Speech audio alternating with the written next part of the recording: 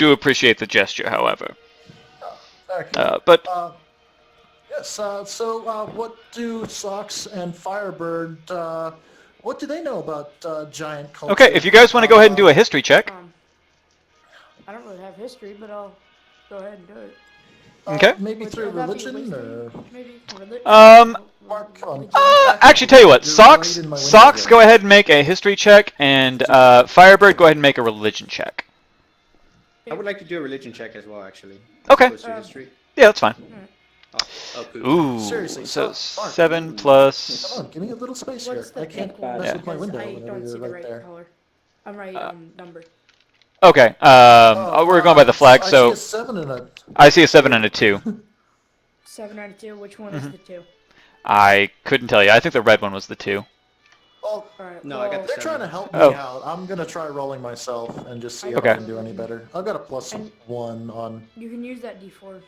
9, 10, Okay, and you can use your guidance. Yeah. Yep. Skill. Yep. D4. All right, cool. Alright, 14. 14. That's it, So, no. yeah, with that, so what you know about giants, you don't really know a whole lot about their organizational structure, but you do know, and also you can kind of get this from previous interactions in Discovery of the Castle, that Also, like, historically the dragons and giants have been enemies as long as time has been a thing. Yeah, like blood stuff. Yeah. It's like, well, It's kinda The- ironic the 'cause giant looks our down at you, giant well- here's a dragon. Dragon right now. the giant folk, we don't really measure time in years the way the small folk do. We have a much larger, I guess we have a different set of priorities that we kind of pride ourselves on. And without getting too into details about what giant politics looks like, let me just say that things are in a bit of a rut right now, and, well, I thought that by allowing a little bit of rabble-rousing to go on against our, historic enemies, that it might shift things around a little bit. Not necessarily in a way that would, threaten the giants' dominance over all the races of the earth, but would do enough to maybe make some of our former warriors remember some of the glory days of battle, conquest, and discovery. Something that would kind of bring our race out of its air of superiority and really make them, I guess, make them behave in ways that are honorable. We have a lot of faith that we give towards the idea of honor, and I figured this would be a great match that could start a glorious bonfire in some small sense. But I do not hold any particular love for the dragon race. If anything, it is at best an indifference that I actually myself am hoping to wrest myself out of. I see this situation as an opportunity for change. However, my loyalties still do lie towards my kin, and if this does become more of a problem than I would think, then I would stop these childish games and gladly. Can I raise a hand at this point and just be like, so, do you think bringing Tiamat back would actually be good for the Giants? Beg pardon? Well, I mean, that's the goal of the cultists, is to resurrect Tiamat and stuff, right? The big I- dragon with 7 heads. Tiamat's been dead for thousands of years. How could they possibly bring her back? That's what I've all heard from every leader of the thing that's been doing it. Yeah. I assume it's some sort of sacrifice of each of the different color heads or something. He takes a giant hand and just kind of puts it against his chin in thought. He looks like the largest statue of what's the one? What's the David's the Thinker? Like that stone statue. He looked like a giant one of those. Yeah. Like, They have been bringing in an awful lot of gold through lately, which, if memory serves correctly, does factor into a potential profit or a potential ritual that would raise such an ancient force of evil. This is disturbing news. Does Gemna have any something that she'd be able to, like, does she know any specific nature about the rituals and stuff that might be involved? Uh, it's not likely, but I'll go ahead and make a check. So that would be a history check. What does Jamna's history look like? Oh, surprisingly good.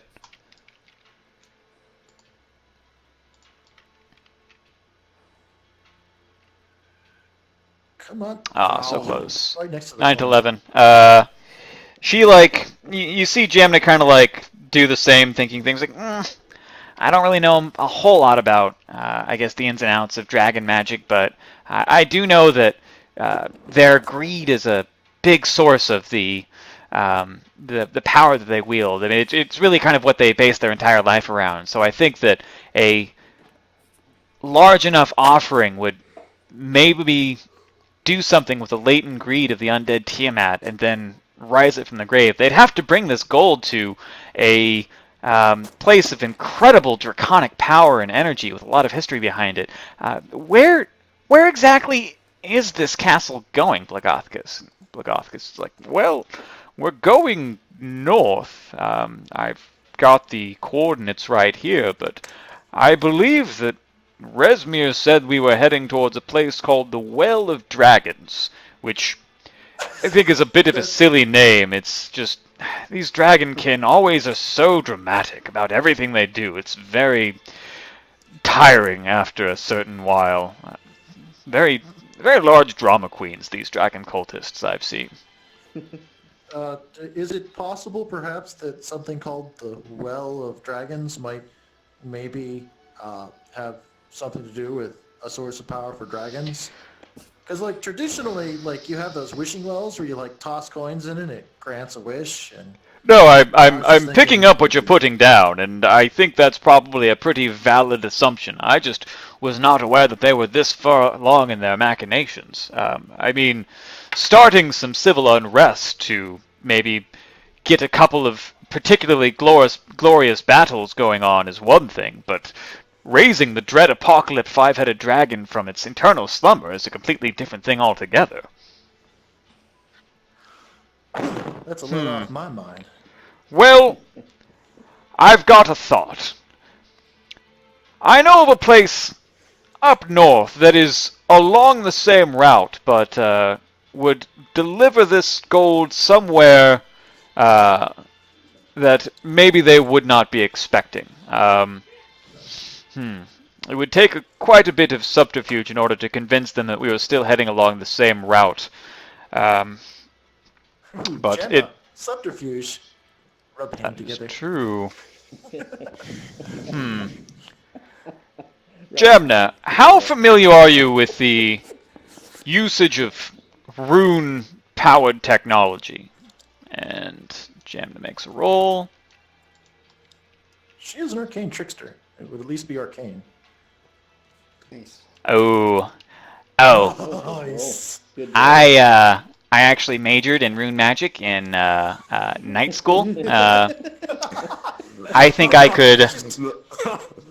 I think I could control. I think I could control any kind of runic magic thing that I see. And Blagothus kind of thinks for a second and says, so be it. And waves a hand. And you see a blue mystical energy kind of go around Jamna and then infuse into her. And she's just kind of like, oh, well, that's neat. And Blagothus says, you should be able to get into the control tower now. However, Oh, snap. it is quite dangerous, so I would suggest that only one person actually be in the tower at a time. To be perfectly honest, this castle is a little bit attuned to our kind, and having a non-giant in the tower might be a little bit dangerous, and I don't want to push it too far, and we've never had more than one person in the tower at a time. I will warn you, however, that even though you may seem alone in this tower, it's actually motivated by something a little bit more old and in-depth than just simple giant magic. I Oh. I had a wife once. Her name was Esclerata. She was the love of my life. We traveled together, fought many wars, went on many adventures, but one day her time came and I laid her to rest in this very castle.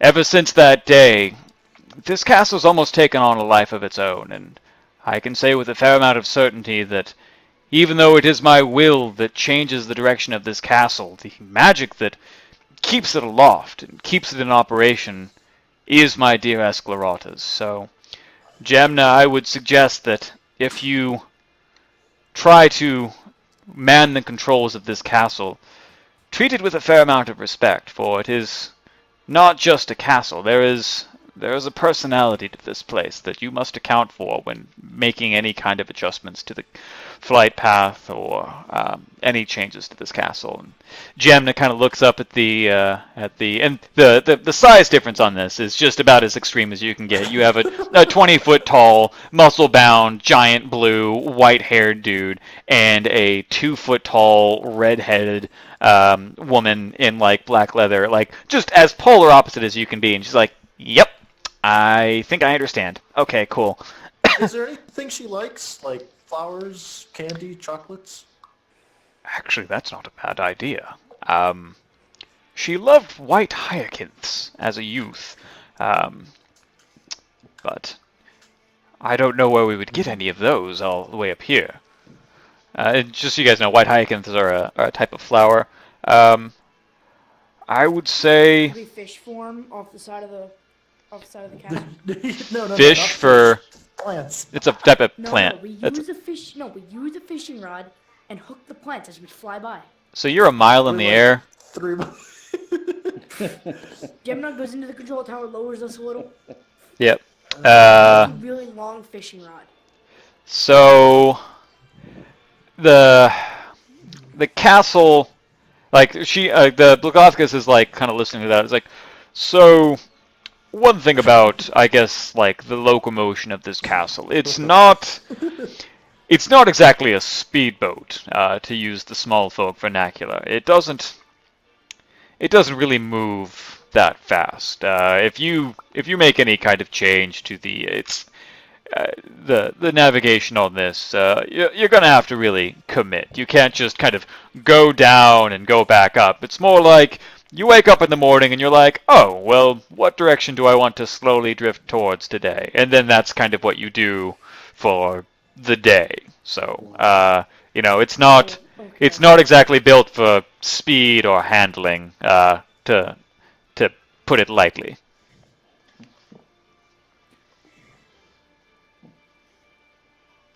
But I would say that any kind of token to someone of royal stature would probably be You're welcome. Still in my page.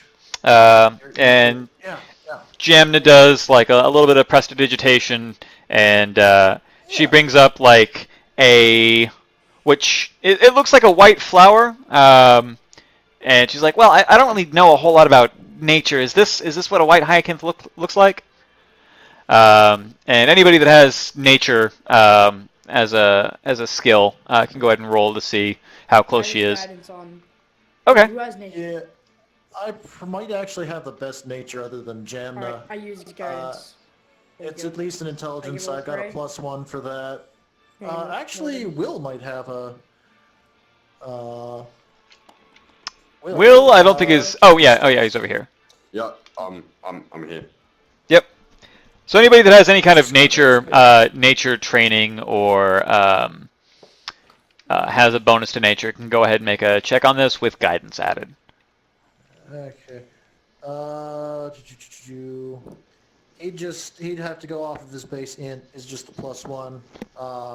Same thing for me. I don't think anyone actually has nature as a skill. But still make the check. Go ahead and make the check with guidance. Okay. Okay. Nice. Guidance 3, is good. What do we got? Come on. 10, 3. 14? 10-3. Yep. Oh. Yeah. So with a 13, it doesn't. 14. Yeah, I mean,